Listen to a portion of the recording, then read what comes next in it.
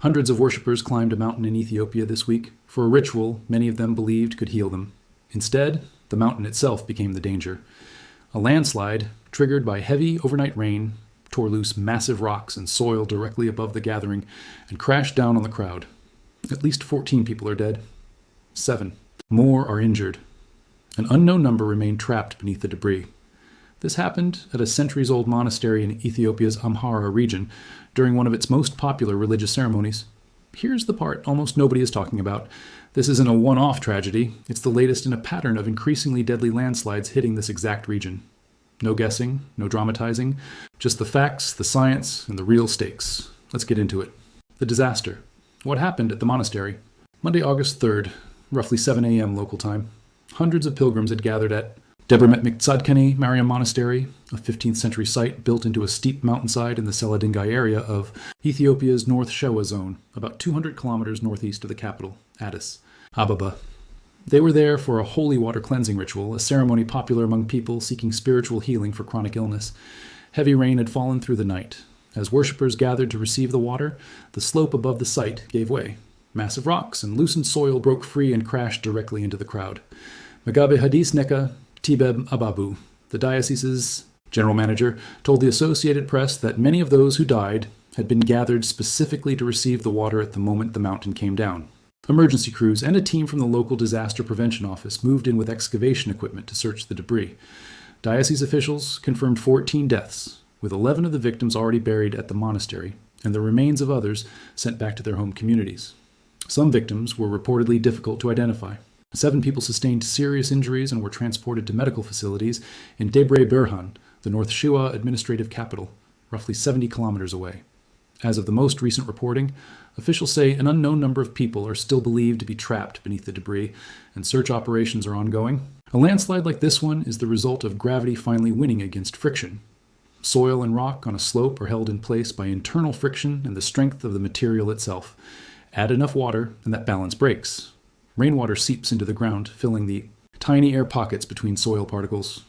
As those pockets fill, the water pushes the particles apart, reducing the friction holding everything together, while the added weight of the water makes the whole mass heavier at the same time. Eventually, the slope simply can't support itself anymore, and gravity takes over. Ethiopia's Amhara region is particularly exposed to this exact chain of events. It's mountainous, with many communities, and in this case, religious sites, built directly into or below steep terrain.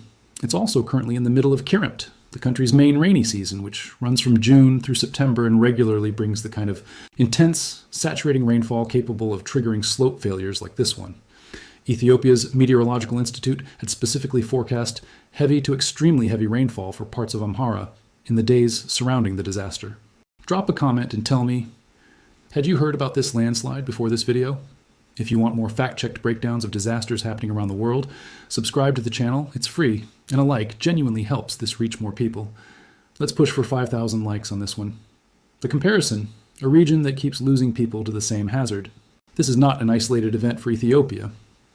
In July 2024, a landslide in the Gofa zone of southern Ethiopia killed at least 257 people, in what became the deadliest landslide disaster ever recorded in the country. Just weeks later, in the same general period, a separate landslide struck the Wolaita zone, killing at least 13 more people and forcing over 300 to evacuate. The pattern connecting all of these events is consistent. Mountainous terrain, communities, and gathering places built on or near steep slopes, and an annual rainy season that keeps arriving with increasing intensity. What makes Monday's disaster different is where it happened, not at a village on an ordinary hillside, but at a sacred site that draws hundreds of people, specifically because of its elevated mountainous location. The same geography that gives these monasteries their historic, spiritual significance is the same geography that makes them acutely vulnerable when the rain doesn't stop. Search and rescue teams are continuing to work through the debris field, with the exact number of people still missing not yet confirmed. Ethiopia's Meteorological Institute had forecast continued heavy rainfall across parts of Amhara through at least August 5th, meaning the same conditions that triggered Monday's landslide could still be present in the days ahead. Local and church authorities are coordinating both the ongoing recovery, effort, and support for affected families, while the broader question of how to protect people gathering at similarly exposed sites during rainy season remains unresolved. For the families who traveled to Tsadkane Mariam Monastery this week, the trip was meant to be about healing. Instead, one of Ethiopia's oldest and most sacred sites became the location of exactly the kind of disaster its remote, mountainous setting has always made possible. As Ethiopia's rainy season continues, and as landslides in this region grow more frequent and more deadly, the hardest question isn't why the mountain gave way.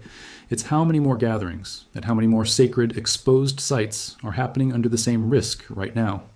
Subscribe so you don't miss the next update on this story. Leave that comment below. Had you heard about this landslide before this video? 5,000 likes on this one. Let's go. See you in the next one.